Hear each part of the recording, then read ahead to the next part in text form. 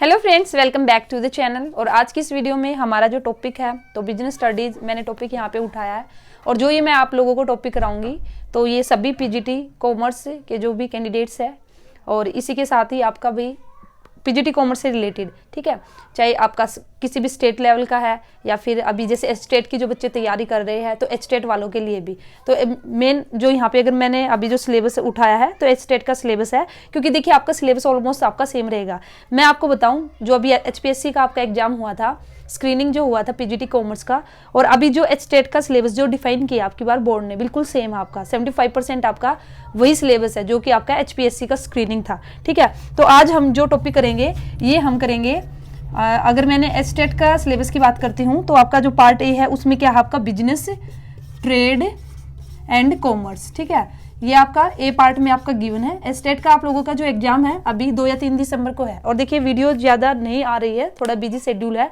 तो H state जो candidate है उनको मैं बता दूं, आप जो प्लेलिस्ट मेरे चैनल पर विजिट कीजिए, अदरवाइज जो प्लेलिस्ट आप उसको भी चेक कीजिए। पहले भी मैंने काफ़ी मटेरियल आपको दे रखा है। अगर आपने जो प्लेलिस्ट पहले से एच स्टेट के रिगार्डिंग जो वीडियोज है अगर आपने उनको भी कर लिया तो वो सफिशिएंट आप लोगों के लिए होगा।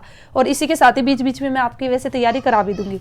तो अभी जो सिलेबस की बात करती हूँ तो आज हम बात करेंगे ये जो आपका फर्स्ट जो आपका ए पार्ट गिवन है उसके अंदर बिजनेस, ट्रेड एंड कॉमर्स, जिसमें हम बात करेंगे बिजनेस एंड इंट्रोडक्शन, उसके बाद classification of the business activities, business risk, nature and causes, ठीक है। तो ये टॉपिक मैं आपको करा दूंगी। तो चलिए फिर स्टार्ट करते हैं। तो सबसे पहले अगर मैं यहाँ पे बात करूँ तो देखिए जो ह्यूमन एक्टिविटीज है वो आपकी एक ह्यूमन है जो वो 2 तरह की एक्टिविटी करता है, ठीक है। जो ह्यूमन है वो क्या करेगा, बिल्कुल फटाफट रिवीजन के तौर पे भी आप इसको ले सकते हो और इंपॉर्टेंट पॉइंट मैं मिस नहीं करूंगी, आप उसको नोट कर सकते हो। ह्यूमन जो एक्टिविटीज है उसको क्लासिफाई किया गया है 2 पार्ट्स में, कि यहाँ पे बेसिकली बोला गया है कि भाई जो एक ह्यूमन बीइंग है, ठीक है, एक पर्सन है, वो 2 तरह की एक्टिविटी करता है। एक तो वो करता है इकोनॉमिक एक्टिविटी और एक करता है नॉन इकोनॉमिक। तो नाम से ही आप लोगों को थोड़ा सा आइडिया हो रहा होगा इसके मीनिंग का। इकोनॉमिक एक्टिविटी की अगर मैं बात करती हूँ तो इकोनॉमिक एक्टिविटीज के अंदर वे सारी की सारी एक्टिविटीज आएंगी जो हम किस लिए करते हैं, टू अर्न मनी। भाई अगर हमें पैसा कमाने के लिए, अपनी आजीविका कमाने के लिए जो भी हम एक्टिविटी करेंगे, ठीक है, economic activities are those activities which are perform to earn money और लाइवलीहुड। भाई अपनी आजीविका कमाने के लिए या फिर पैसा अर्न करने के लिए जो भी एक्टिविटीज हम परफॉर्म करेंगे वो हमारी क्या कहलाएगी, इकोनॉमिक एक्टिविटीज।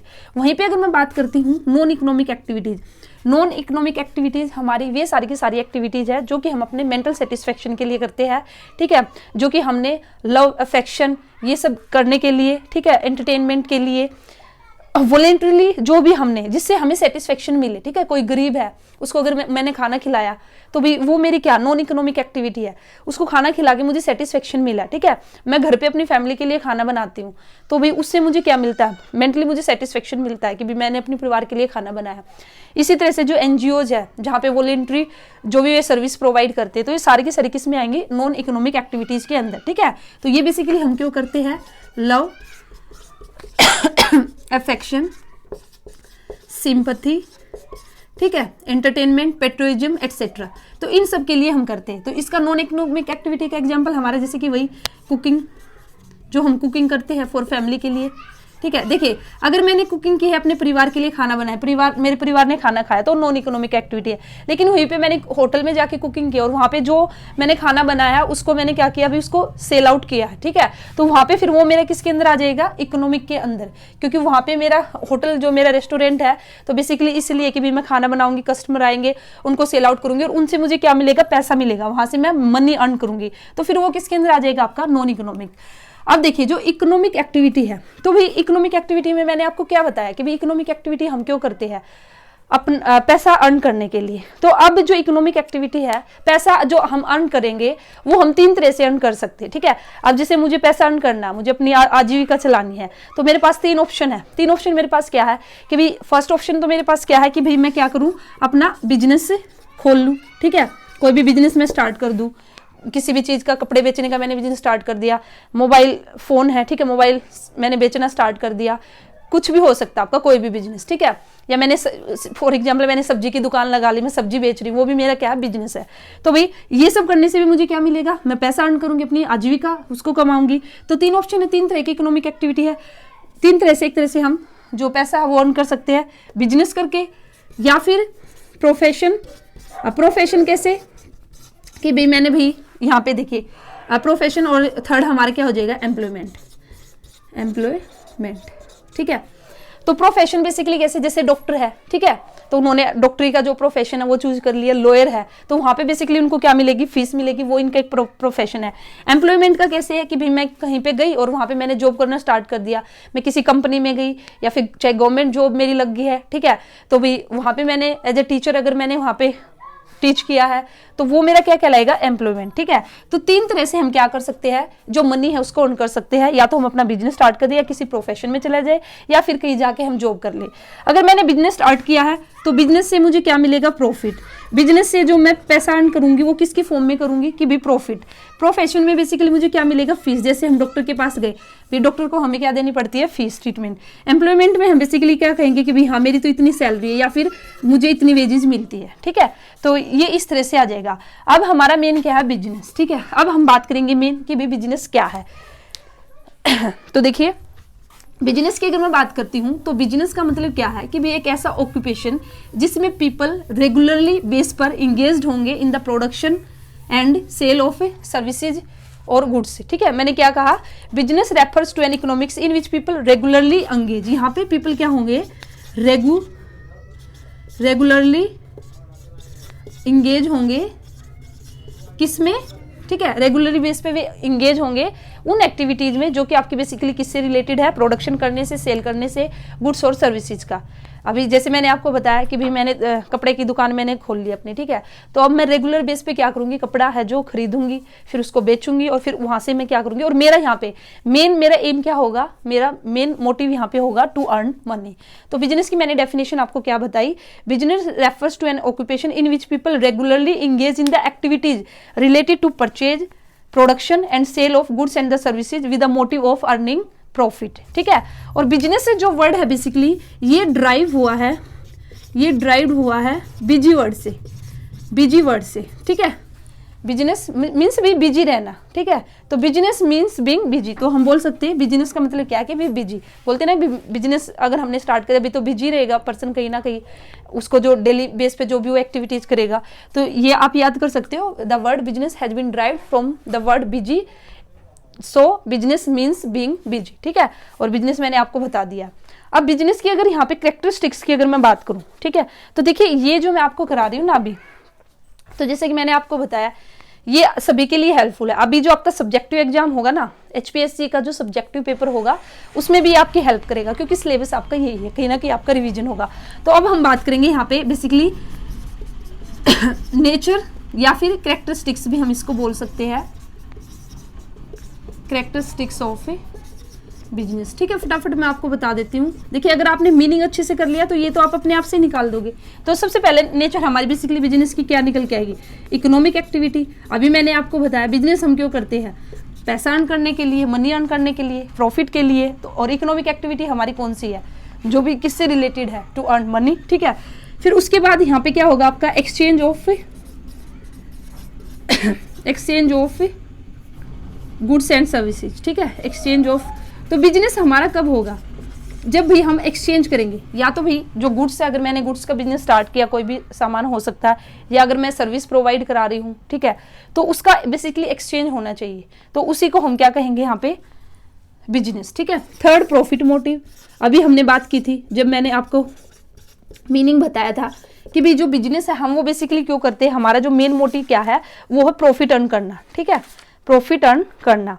अब इसी के साथ ही regular dealing with goods and the services on regular basis. अभी बात की थी कि भाई ऐसा नहीं है कि भाई आपने एक दिन, देखिए मैंने क्या किया जो अपना हाउस है ना उसको सेल आउट किया, और मैंने क्या किया, सिर्फ एक ही बार किया, ठीक है।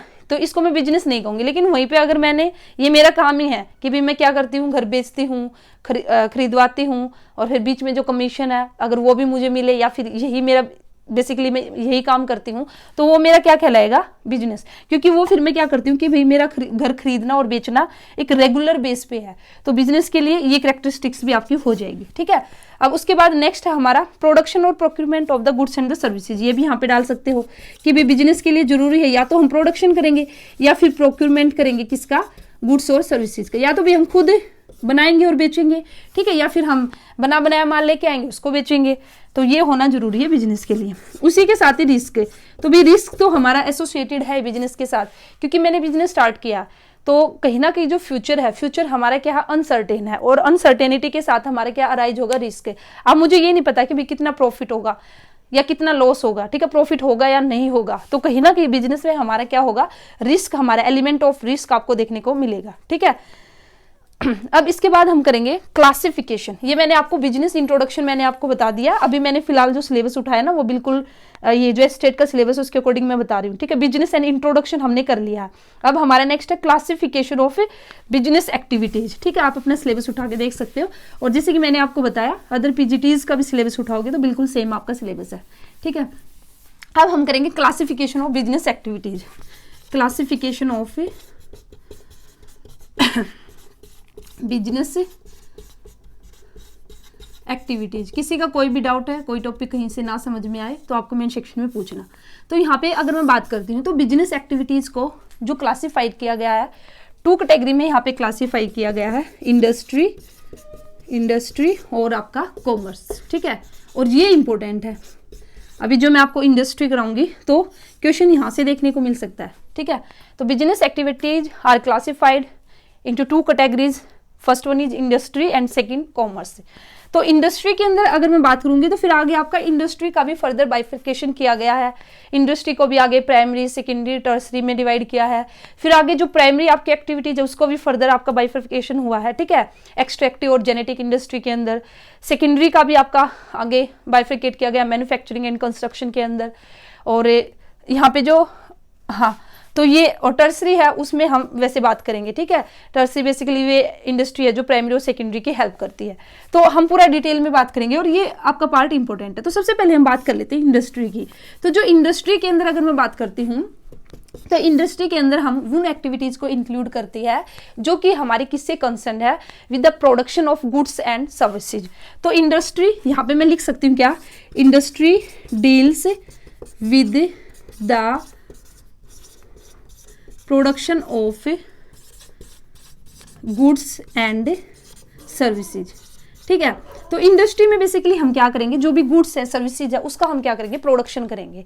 और यहाँ पे प्रोडक्शन करने के बाद अभी मैंने प्रोडक्शन करके रख लिया सामान, मैंने चाहे मैंने प्रोक्यूरमेंट किया या फिर मैंने प्रोडक्शन किया, ये करके मैंने मेरी शॉप पे दुकान पड़ा। अब देखिए ऐसे पड़े पड़े थोड़ी ना मैं उससे पैसा अर्न करूंगी। अब मुझे उस सामान को कस्टमर तक पहुंचाना होगा। जब मेरा सामान कस्टमर तक जाएगा तभी तो मुझे कुछ पैसा मिलेगा, तभी तो मैं प्रॉफिट अर्न करूंगी या मनी अर्न करूंगी, ठीक है। तो ये जो काम है ना, अब सामान को वहां तक पहुंचाना, वो किसके अंदर आ जाएगा, कॉमर्स। तो मैं बोल सकती हूँ commerce deals with the distribution of goods and services, ठीक है। तो देखिए मैंने क्या बताया, इंडस्ट्री में हमने क्या किया, प्रोडक्शन किया गुड्स एंड द सर्विसेज का। तो ये प्रोडक्शन करने के बाद अब उस गुड्स और सर्विसेज का हमें डिस्ट्रीब्यूशन करना है, तो वो हमारा कौन करेगा, कॉमर्स करेगा, ठीक है। अब हम डिटेल में करेंगे इंडस्ट्री। तो इंडस्ट्री का जैसे कि मैंने आपको बताया, इंडस्ट्री को फर्दर यहाँ पे बाइफरकेट किया है 3 एक्टिविटीज में। 3 कौन कौन सी है, प्राइमरी, सेकेंडरी और टर्सरी, ठीक है। अब देखिए प्राइमरी एक्टिविटी हमारी कौन सी है और सेकेंडरी कौन सी है, टर्सरी कौन सी है। तो प्राइमरी एक्टिविटीज के अंदर हम इंक्लूड करेंगे all those activities which are related with the extraction of the natural resources and reproduction of the living organism and development, ठीक है। तो बेसिकली इसमें हमारा क्या आया, प्राइमरी इंडस्ट्री के अंदर हमारी वे सारी की सारी एक्टिविटीज आई जो किससे रिलेटेड है कि भाई जिस जहाँ पे हमने स्टार्टिंग में बिल्कुल क्या किया, जो रॉ मटेरियल है ना उसको उसी फॉर्म में उठाया, extraction of the natural resources को हमने एक्सट्रैक्ट किया है, ठीक है। तो extraction of natural resources means जैसे कि भाई हमारी खाने हैं, जैसे सोना है, सोना हमारे ऐसे कैसे निकलेगा, अदर हमारे मिनरल्स है उनको भी जब हम निकालते हैं, ठीक है, तो वे भी हमारे रो फॉर्म में हमारे पास आएंगे। वहां पे हमने ना खुद कुछ नहीं किया, ऑलरेडी नेचर ने हमें दिया है और उसको हमने ऐसा का ऐसा ले लिया है, तो उसको हम बेसिकली बोलते हैं extraction of the natural resources. ठीक है, तो यहाँ पे बेसिकली अगर मैं प्राइमरी की भी बात करती हूँ तो प्राइमरी को भी आपका फर्दर बाइफरकेट किया गया है, एक्सट्रैक्टिव इंडस्ट्री। इस तरह से आप डायग्राम, अभी जिनका सब्जेक्टिव है तो उनको तो अच्छे से डायग्राम ही बनाना, ठीक है। वैसे आप जिनका ऑब्जेक्टिव है वे उसके अकॉर्डिंग याद कर लेना एमसीक्यू फॉर्मेट में। तो प्राइमरी को आपका आगे दो पार्ट्स में डिवाइड किया है, एक्सट्रैक्टिव इंडस्ट्री और जेनेटिक इंडस्ट्री। अब देखिए एक्सट्रैक्टिव मैंने क्या बताया कि भाई समथिंग एक्सट्रैक्टेड और draw out from the earth, water and air. जो भी हमने अर्थ से निकाल लिया, जो भी हमने एयर से लिया है, जो भी हमने पानी से जो भी हमने निकाला है, तो वो हमारे किसके अंदर आएगा, एक्सट्रैक्टिव इंडस्ट्री के अंदर। ठीक है, produce and supply the basic raw material that are mostly the product of the soil. तो इसके अंदर हम प्रोड्यूस करते हैं और फिर सप्लाई करते हैं बिल्कुल जो बेसिक हमारा क्या है, रॉ मटेरियल है, जो कि हमने बिल्कुल सोइल से हमने लिया है। ठीक है, इसके अंदर देखिए जैसे कि मैंने आपको क्या बताया एक्सट्रैक्टिव के अंदर, जैसे भी ऑयल है, ऑयल में ह्यूमन स्किल थोड़ी ना कुछ यूज होगी कि भी उसने उसको बनाया। ठीक है, मैन मेड हमारा कुछ भी नहीं होगा, जो नेचुरल हमें मिला उसको जस्ट हमें क्या करना है, एक्सट्रैक्ट करना है। ठीक है, ऑयल है या फिर गैस है, ठीक है, इसके साथ ही आपके कोयला है। ठीक है, तो ये किसके अंदर आ जाएंगे, आपके एक्सट्रैक्टिव इंडस्ट्री के अंदर। वहीं पे बात करती हूँ अगर मैं जेनेटिक इंडस्ट्री की, तो genetic industry involve the activities of rearing and breeding of the animal से, या फिर मैं बोल सकती हूँ कि भी रिलेटेड टू द रिप्रोडक्शन। ठीक है, reproducing and multiplying of the certain species. इसमें हम क्या करेंगे, रिप्रोडक्शन करेंगे।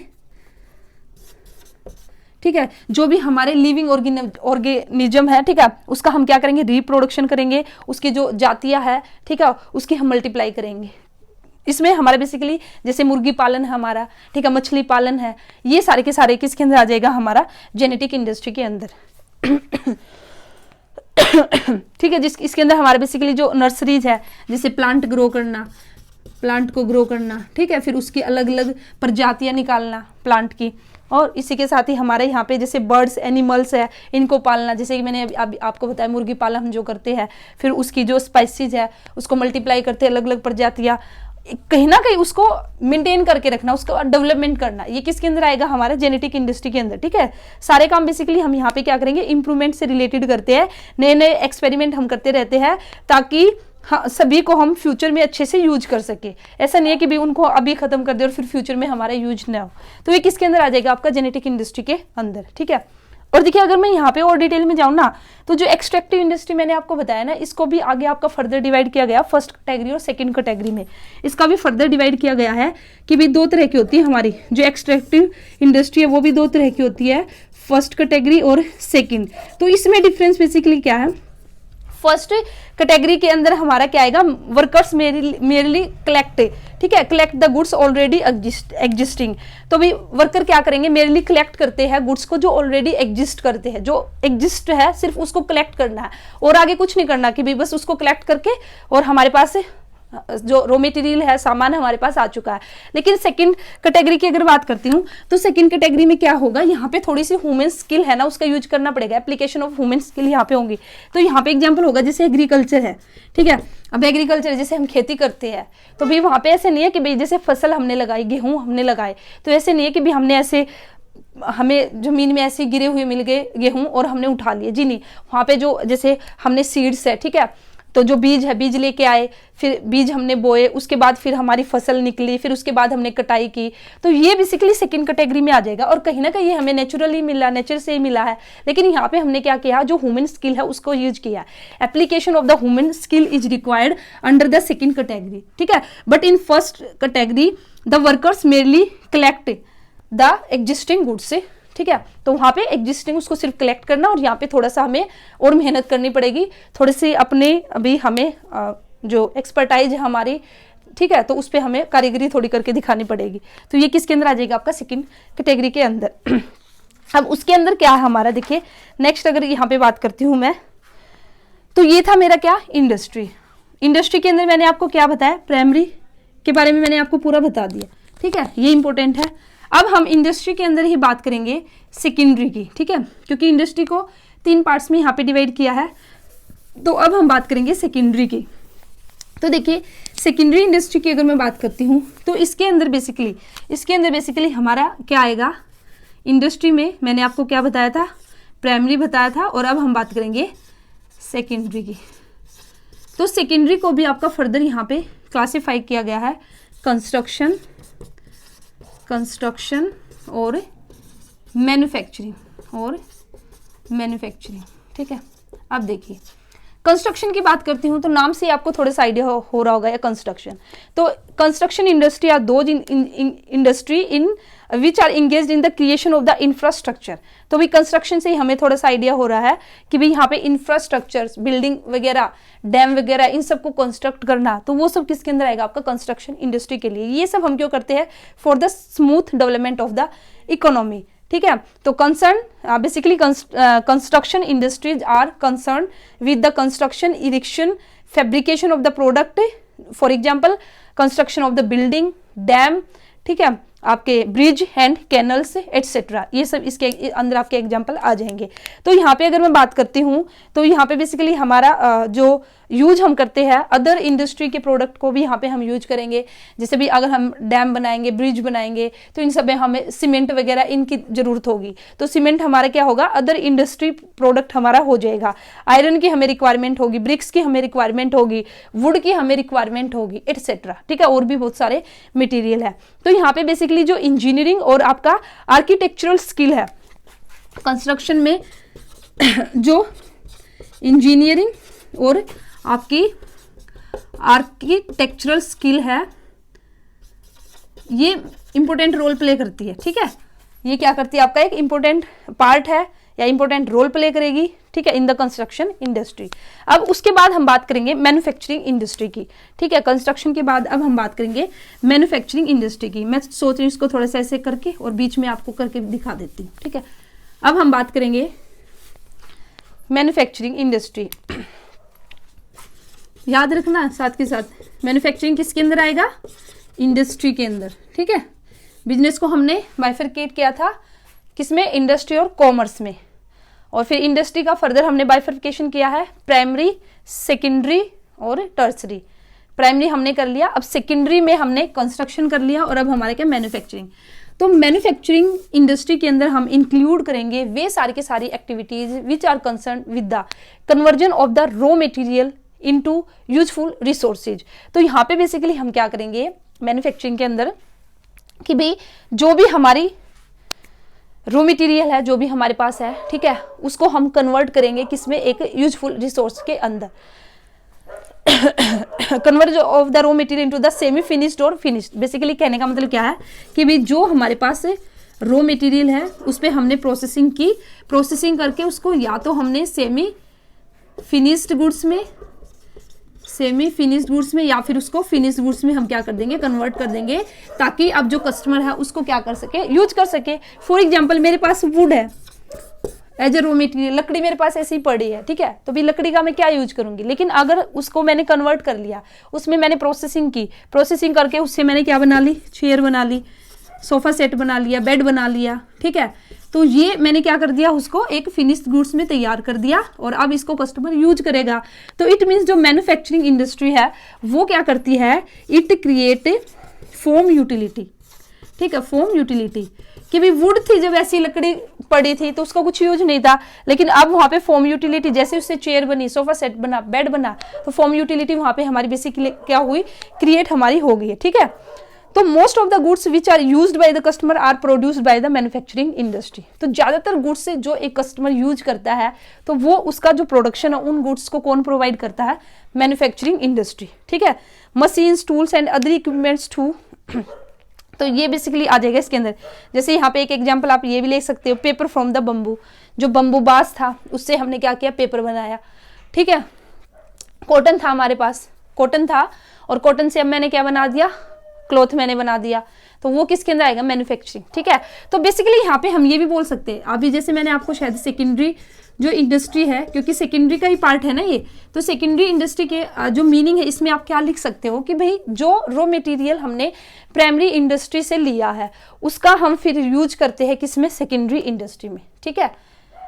जो हमने प्राइमरी इंडस्ट्री से, तो कहीं ना कहीं जो कॉटन है, कॉटन को हमने डायरेक्ट कलेक्ट किया है, तो ये क्या कहलाएगा, प्राइमरी इंडस्ट्री। लेकिन जब कॉटन का यूज करके हमने उससे क्लॉथ बनाया तो तब वो क्या कहलाएगा, सेकेंडरी इंडस्ट्री। ठीक है, तो ये था आपका मैन्युफैक्चरिंग। अब देखिए, अब जो इंपॉर्टेंट है, मोस्टली जहां से क्वेश्चन आपका बनता है कि जो मैन्युफैक्चरिंग इंडस्ट्री है इसको भी 4 पार्ट में डिवाइड किया गया है। ठीक है, मैन्युफैक्चरिंग जो इंडस्ट्री है इसको भी आगे 4 पार्ट में डिवाइड किया है। 4 पार्ट कौन कौन से हैं, एनालिटिकल, प्रोसेसिंग, सिंथेटिकल इंडस्ट्री और असेंबलिंग, अब देखिए ज्यादातर क्वेश्चन यहाँ से भी आपका देखने को मिलता है। ये जो 4 आपकी यहाँ पे अभी मैं आपको बताऊंगी, 4 टाइप्स आपको बताऊंगी जो मैन्युफैक्चरिंग की। तो जो एनालिटिकल आपकी मैन्युफैक्चरिंग जो इंडस्ट्री है, तो एनालिटिकल इंडस्ट्री में बेसिकली हम क्या करते हैं, इसके अंदर एक प्रोडक्ट है उसको हम ब्रेक करेंगे इनटू मैनी प्रोडक्ट्स।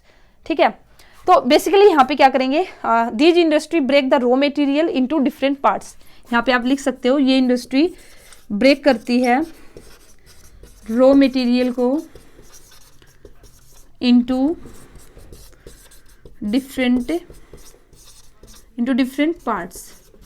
या फिर यहाँ पे हम बोल सकते हैं कि एक प्रोडक्ट है उसको हम एनालाइज करेंगे और एनालाइज करने के बाद उस प्रोडक्ट में से एज अ फाइनल प्रोडक्ट कई सारे फाइनल प्रोडक्ट यहाँ पे निकलेंगे। बस एक ही प्रोडक्ट था और फिर हमने उस पर प्रोसेसिंग की, उसका एनालाइज उसको किया, उसको ब्रेक किया और ब्रेक करने के बाद हमारे एज अ फाइनल कई सारे प्रोडक्ट हमारे निकल के आए एक ही प्रोडक्ट में। तो इसका सबसे बेस्ट एग्जाम्पल आपका क्रूड ऑयल का।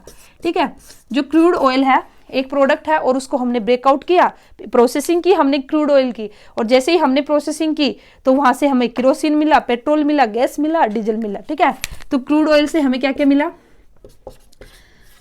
केरोसिन हमें मिला, ठीक है, पेट्रोल मिला, डीजल मिला, ठीक है, एटसेट्रा।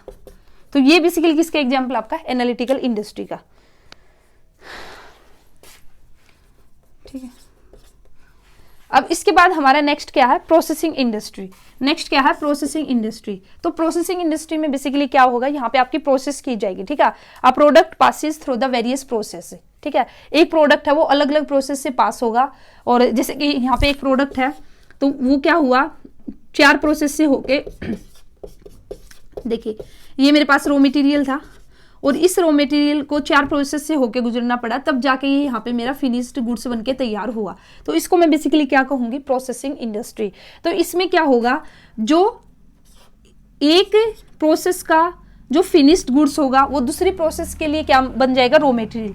यहाँ पे जो गुड्स बन के निकला वो जब इस सेकंड प्रोसेस पे गया तो इस सेकंड प्रोसेस के लिए वो क्या बन गया, रॉ मटेरियल। और यहाँ पे जो गुड्स आपका निकला था बनके, ठीक है, वो कहीं ना कहीं इस प्रोसेस का फिनिश्ड गुड्स था और यहाँ पे रॉ मटेरियल। फिर यहाँ पे सेम, यहाँ पे जो हमारा प्रोडक्ट निकलेगा इस प्रोसेस के लिए वो क्या बन जाएगा, रॉ मटेरियल। तो मैं यहाँ पे बोल सकती हूँ the finished product of one process becomes the raw material of the receiving process.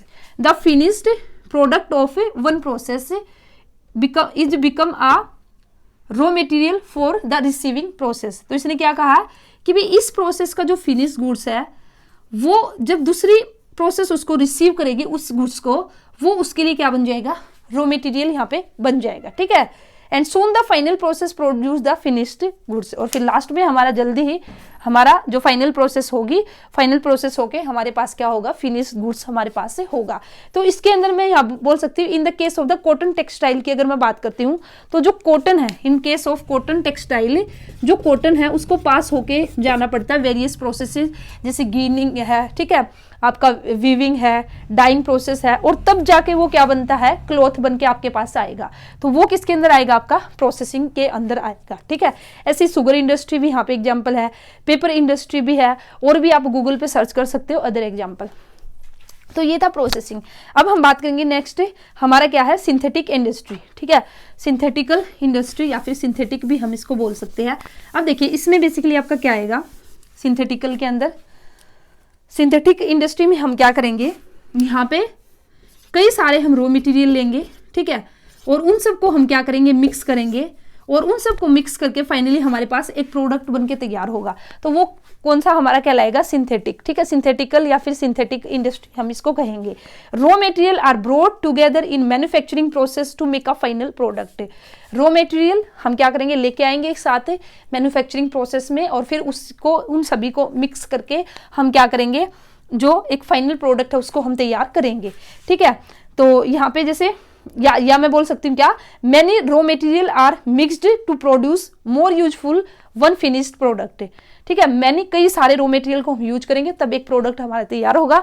For example यहाँ पे अगर मैं बात करती हूँ, जो है हमारी सीमेंट। ठीक है, सीमेंट हमारी कैसे बनके तैयार होगी? सीमेंट बनाने के लिए भाई हमें कौन कौन सा रॉ मटेरियल चाहिए? सीमेंट के लिए हमें उसमें रॉक्स, जिप्सम, कोल, ये सब इनकी रिक्वायरमेंट होगी। ठीक है, रॉक्स, जिप्सम, कोल, तो इन सभी को मिक्स करके फाइनली हमारा क्या बनेगा? सीमेंट हमारी बनेगी। उसके बाद अब हमारा क्या है? असेंबलिंग। ठीक है, असेंबलिंग जो इंडस्ट्री है इसके अंदर हमारा क्या होगा? Different component are assemble to make a new product. यहाँ पे भी हम क्या करेंगे? जो डिफरेंट कंपोनेंट है, ठीक है, उनको हम असेंबल करेंगे और फिर क्या बना देंगे? Make a new product. अब देखिए इसमें और इसमें क्या डिफरेंस है? रॉ मटेरियल यहाँ पे भी हमने अलग अलग लिया है और यहाँ पे भी, लेकिन जो सिंथेटिक है इसके अंदर हमने क्या किया? मिक्स कर दिया उसको। मिक्स करने का क्या मतलब है कि भी आप जो सीमेंट आपके सामने बन के तैयार हुई है, अब आप उस सीमेंट में से ना रॉक्स को, जिप्सम को, कोल को अलग नहीं कर सकते, कोयले को। ठीक है, लेकिन वहीं पे जो असेंबलिंग इंडस्ट्री है उसके अंदर जो डिफरेंट कंपोनेंट आपने यूज किए हैं, अगर आप उसको चाहो तो अलग कर सकते हो। जैसे मैंने कार ही बनाई है, पहिया उसमें अलग लगा, दरवाजा उसका अलग है, खिड़की अलग है, तो इन सभी कंपोनेंट्स को मिला के मैंने क्या है भी यहाँ पे कार मैन्युफैक्चर की है। लेकिन अगर मैं चाहूँ तो जो कार है उसका जो पहिया उसको भी अलग कर सकती हूँ। ठीक है, उसकी खिड़की को भी अलग कर सकती हूँ और उसका जो दरवाजा है उसको भी अलग कर सकती हूँ। तो वो किसके अंदर आएगा? आपका असेंबलिंग के अंदर आएगा। ठीक है, टेलीविजन है, कार है, कंप्यूटर है, तो यहाँ पे एग्जांपल आ जाएगा आपका टीवी है, कार है, कंप्यूटर। इसके अंदर जो हम कंपोनेंट यूज करते हैं उन सब को बाद में भी अलग कर सकते हैं, लेकिन सिंथेटिक के अंदर हम अलग नहीं कर सकते। ठीक है, तो ये आ जाएगा आपका क्या? असेंबलिंग इंडस्ट्री के अंदर। अब हम बात करेंगे तीन इंडस्ट्री, जो इंडस्ट्री है वो मैंने आपको बताया था कि भी प्राइमरी, सेकेंडरी और टर्सरी। तो प्राइमरी मैंने आपको बता दिया, सेकेंडरी मैंने आपको बता दिया। अब हम करेंगे टर्सरी। तो जो टर्सरी इंडस्ट्री है वो बेसिकली उसके अंदर हम कौन सी एक्टिविटीज इंक्लूड करते हैं जो कि हेल्प करती है प्राइमरी और सेकेंडरी इंडस्ट्री को। ठीक है, जो टर्सरी के अंदर हमारे क्या आएगा? Services which help the business to move smoothly, कि भी हमारा जो बिजनेस है वो स्मूथली चलता रहे और कहीं ना कहीं जो हमारी प्राइमरी और सेकेंडरी इंडस्ट्री है भी उसको एक सपोर्ट हमारी देगी। कौन सी? Tertiary industry. ठीक, तो टर्सरी इंडस्ट्री के अंदर बेसिकली क्या आएगा? हमारा जो ट्रांसपोर्ट है, बैंकिंग है। ठीक है, इसके अंदर हमारा क्या आ जाएगा? ट्रांसपोर्ट है, बैंकिंग है, इंश्योरेंस है। अब देखिए आपने सामान बना के तैयार कर लिया, अब आपने सोच लिया जो मैंने सामान तैयार किया अभी मैं इसका डिस्ट्रीब्यूशन करूंगा, लेकिन ट्रांसपोर्टेशन के बिना पॉसिबल है भी? आज के टाइम में जो सामान है एक जगह से दूसरी जगह अगर हमें भेजना तो उसके लिए हमें ट्रांसपोर्टेशन की रिक्वायरमेंट होगी। तो कहीं ना कहीं जो टर्सरी इंडस्ट्री है उसने हेल्प की प्राइमरी और सेकेंडरी की। बैंकिंग की हमें रिक्वायरमेंट है, अभी बिजनेस है, जो मैंने बिजनेस स्टार्ट किया, मेरे पास अगर फंड्स की कमी है, पैसा नहीं है, तो मैं बैंक की जो सर्विस है उसको ले सकती हूँ। ठीक है, अगर मुझे ये है कि भी जो मैंने बिजनेस स्टार्ट किया मुझे रिस्क है भी, मेरा बिजनेस इस तरह का है, जैसे मेरा इस तरह का बिजनेस है कि भी आग लगने का डर है, तो वहां पे मैं क्या ले सकती हूँ? फायर इंश्योरेंस ले सकती हूँ और जो अपना रिस्क है, ठीक है, जो रिस्क है उससे मैं बच सकती हूँ। तो ये सारी की सारी किसके अंदर आ जाएगी? आपकी टर्सरी। जैसे इसके अंदर आपका और भी आ जाएगा, वेयर हाउसिंग है, कम्युनिकेशन है, पैकिंग है, एडवर्टाइजिंग है। ठीक है, ये सारे के सारे किसके पार्ट है? टर्सरी इंडस्ट्री के। अब हम बात करेंगे यहाँ पे कॉमर्स की। मैंने क्या बताया था स्टार्टिंग में ही कि जो बिजनेस है, बिजनेस को हमने क्या किया था? दो पार्ट्स में, इंडस्ट्री और कॉमर्स। ठीक है, इंडस्ट्री और कॉमर्स। अब मैंने इंडस्ट्री आपको कंप्लीट बता दिया, अब हम बात कर लेते हैं कॉमर्स की। तो कॉमर्स मैंने बताया था, commerce deals with the distribution of the goods and the services. ठीक है, तो कॉमर्स में हम क्या करेंगे? वे एक्टिविटीज हमारी इंक्लूड होंगी which are connected with the taking the goods and the services from producer to the customer. Producer से लेकर कस्टमर तक अब हमें जो सामान पहुंचाना है, तो उस दौरान हम जो भी एक्टिविटीज करेंगे वो हमारी किसके अंदर आएगी? कॉमर्स के अंदर हमारी आएगी। ठीक है, तो कहीं ना कहीं एक proper flow of goods and the services for the benefit of both the producer and the consumers, कि भी एक प्रॉपर फ्लो हमारा बना रहे कंज्यूमर्स और प्रोड्यूसर के बीच में, वो हमारा कब पॉसिबल होगा, कॉमर्स की हम हेल्प लेंगे। तो कॉमर्स बेसिकली क्या है, पार्ट ऑफ बिजनेस। कॉमर्स क्या है, बिजनेस का पार्ट है, और बिजनेस बेसिकली हमारा क्या है, एक वाइडर टर्म है। ये आपको बात याद रखनी है, क्योंकि कॉमर्स किसके अंदर आया, बिजनेस के अंदर आया। तो इसका मतलब क्या, कॉमर्स क्या है, बिजनेस का पार्ट है। अब कॉमर्स की अगर मैं बात करती हूँ तो देखिए कॉमर्स का भी आपका फर्दर बाइफर्केशन किया है, ट्रेड,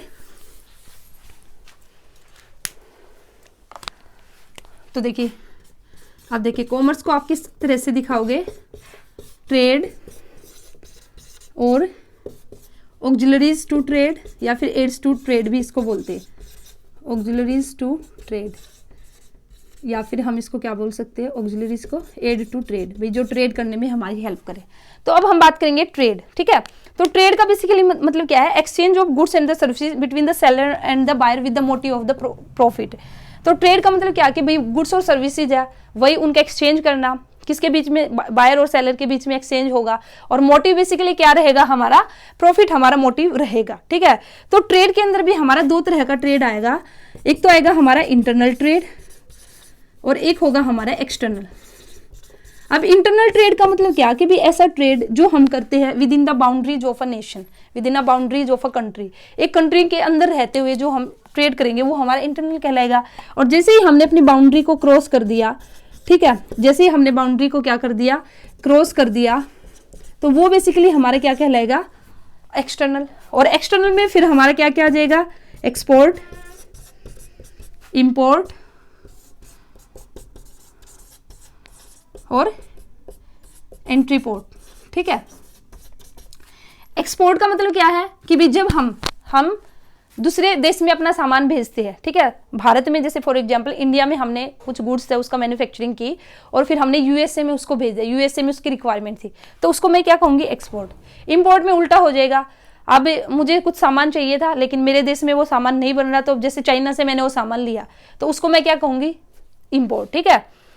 और एंट्री पोर्ट में हम बेसिकली क्या करते हैं, इसके अंदर यहाँ पे हम इंपोर्ट भी करेंगे और एक्सपोर्ट भी करेंगे। इसमें हम बेसिकली क्या करेंगे, जैसे मैंने चाइना से सामान मंगाया, चाइना से मैंने क्या किया, इंपोर्ट किया, ठीक है, इंडिया ने क्या किया, चाइना से इंपोर्ट किया, और फिर जो इंपोर्ट किया ना उसको आगे जाके बांग्लादेश में, ठीक है, बांग्लादेश में उसको एक्सपोर्ट कर दिया। अब उसने क्या किया, उसी सामान को क्या कर दिया, एक्सपोर्ट कर दिया। तो ये बेसिकली क्या कहलाएगा, एंट्री पोर्ट, ठीक है। इसको हम क्या कहेंगे, एंट्री पोर्ट इसको हम कहेंगे, ठीक है। तो ये किसके अंदर आएगा, आपका एक्सटर्नल ट्रेड के अंदर। और ऑक्सिलरीज टू ट्रेड के अंदर आपका बेसिकली क्या आ जाएगा, जो मैंने अभी आपको बताई थी, ट्रांसपोर्टेशन, जो भी हमें ट्रेड करने में हमारी क्या करती है, हेल्प करती है, ट्रांसपोर्टेशन एंड कम्युनिकेशन, ठीक है। फिर इसके बाद ऐसे ही हमारा बैंकिंग, वही हमारा वेयर हाउसिंग, इंश्योरेंस, ठीक है, एटसेट्रा, और भी बहुत सारी हमारी एक्टिविटीज है। तो ये कहीं ना कहीं जो हमारा ट्रेड है तभी तो पॉसिबल होगा ना, ट्रांसपोर्टेशन की फैसिलिटी होगी तो हमारा सामान एक जगह से दूसरी जगह जाएगा, ठीक है। सामान बना के मैंने रख लिया, अब उसके लिए भी मुझे एक प्रॉपर प्लेस भी चाहिए जहाँ पे मेरा सेफ रहे, तो उसके लिए मेरी वेयर हाउसिंग हो जाएगी, इंश्योरेंस, जैसे कि मैंने आपको भी बताया। तो इसके अंदर ये सारे के सारे आ जाएंगे हमारे, ठीक है। अब इसके बाद हम यहाँ पे बात करेंगे, जो नेक्स्ट होगा हमारा बिजनेस रिस्क, ठीक है। अब हमारा नेक्स्ट क्या था, बिजनेस रिस्क। तो इसको भी थोड़ा ध्यान से सुनिए, ये क्या है। तो देखिए अगर मैं बात करती हूँ बिजनेस रिस्क की, तो दो तरह का आपका बेसिकली रिस्क आपका होगा, ठीक है। तो बिजनेस रिस्क पहले बात करेंगे, भी बिजनेस रिस्क का मतलब क्या है। Business risk refers to the possibility of इनएडवेट प्रॉफिट और even losses due to the uncertainties और अनएक्सपेक्टेड इवेंट्स।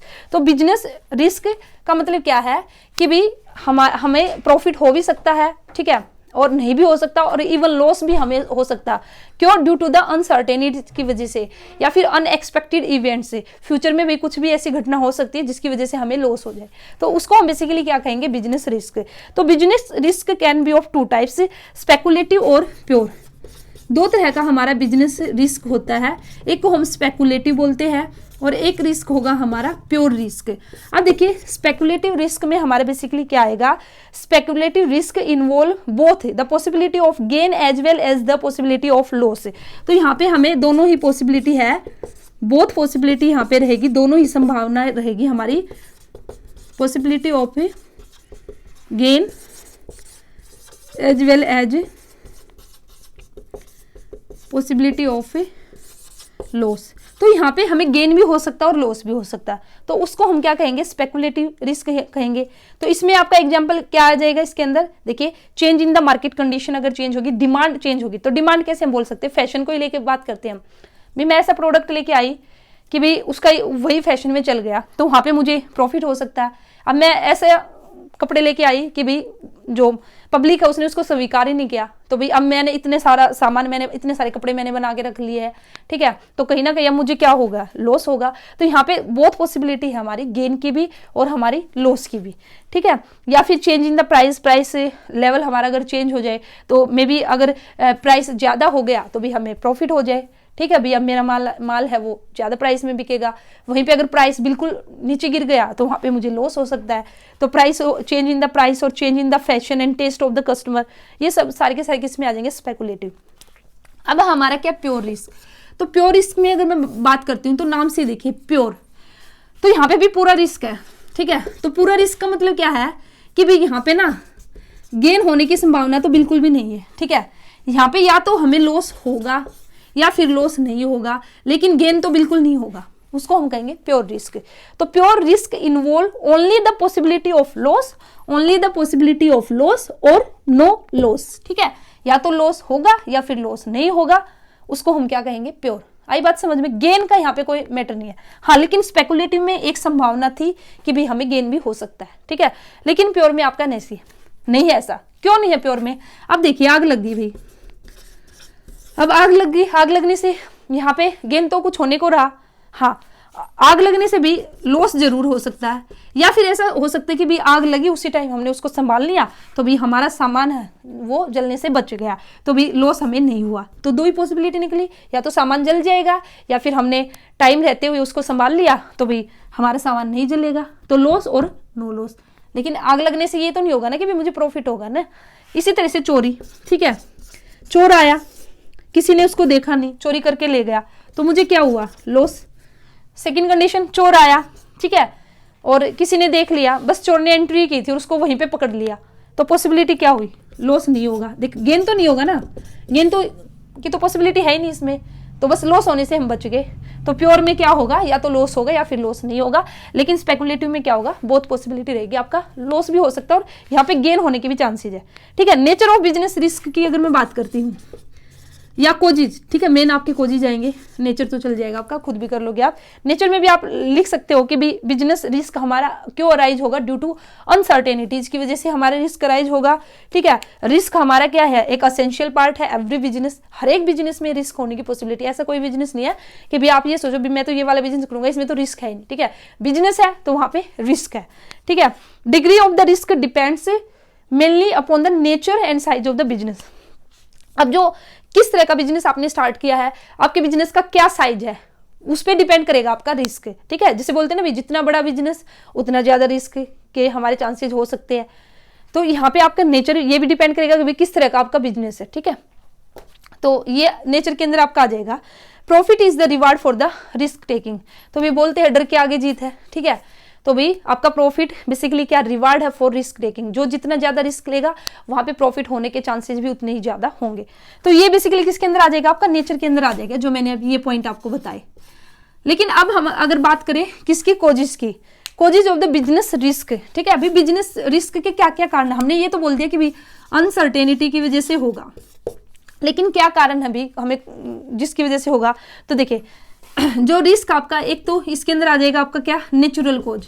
अभी नेचुरल कोज तो किसी के हाथ में नहीं है ना, अर्थक्वेक आ गया, ठीक है, भूकंप आ गया, किसी ने अभी अपना बिजनेस बिल्कुल अच्छे से खड़ा किया था, अब क्या कर ले भाई, भूकंप आ गया, बिल्डिंग ही पूरी गिर गई, तो ये हमारे क्या है, नेचुरल कोज है।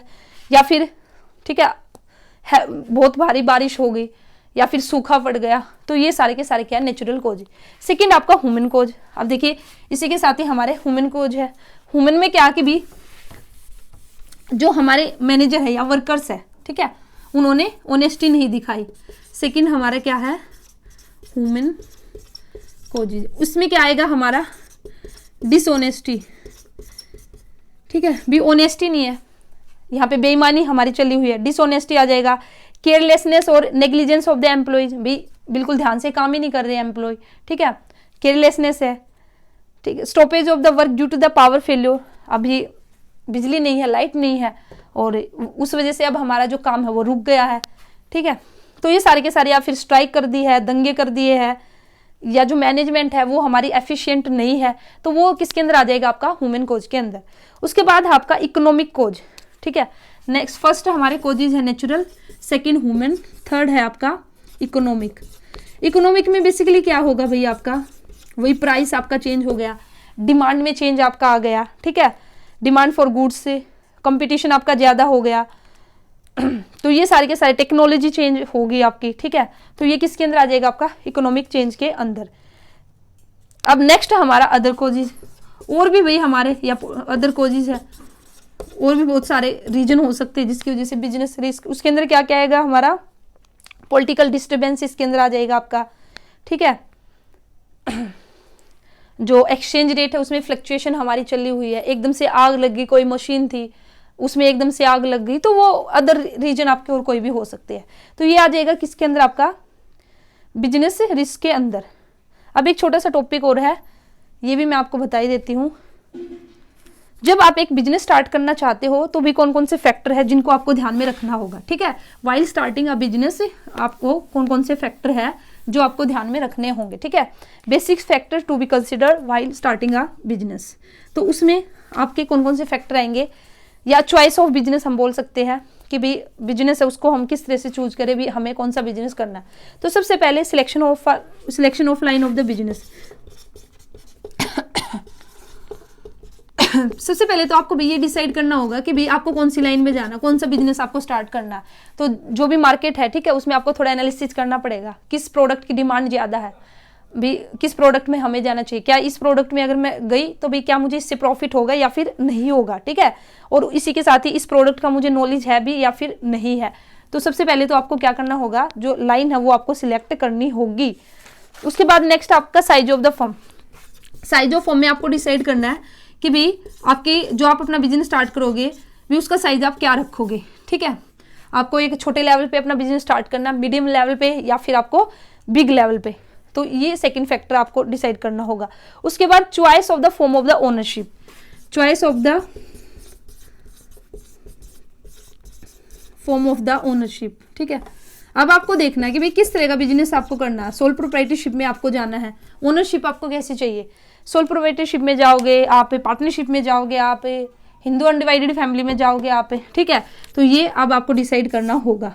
तो आपके काफ़ी सारे फैक्टर्स हैं जिनको कि आपको ध्यान में रखता है जब भी आप जो बिजनेस है उसके बारे में स्टार्ट करने की सोच रहे हो। फिर location of the business enterprise, कि भी आपको जो अपना बिजनेस है वो कहाँ पे लोकेट करना है, ठीक है। जहाँ पे डिमांड ज़्यादा वहाँ पे लोकेट करना है, या जहाँ पे आपको रॉ मटेरियल अच्छे से मिल जाए वहाँ पे आपको लोकेट करना है। तो ये आपका फोर्थ फैक्टर में आ जाएगा।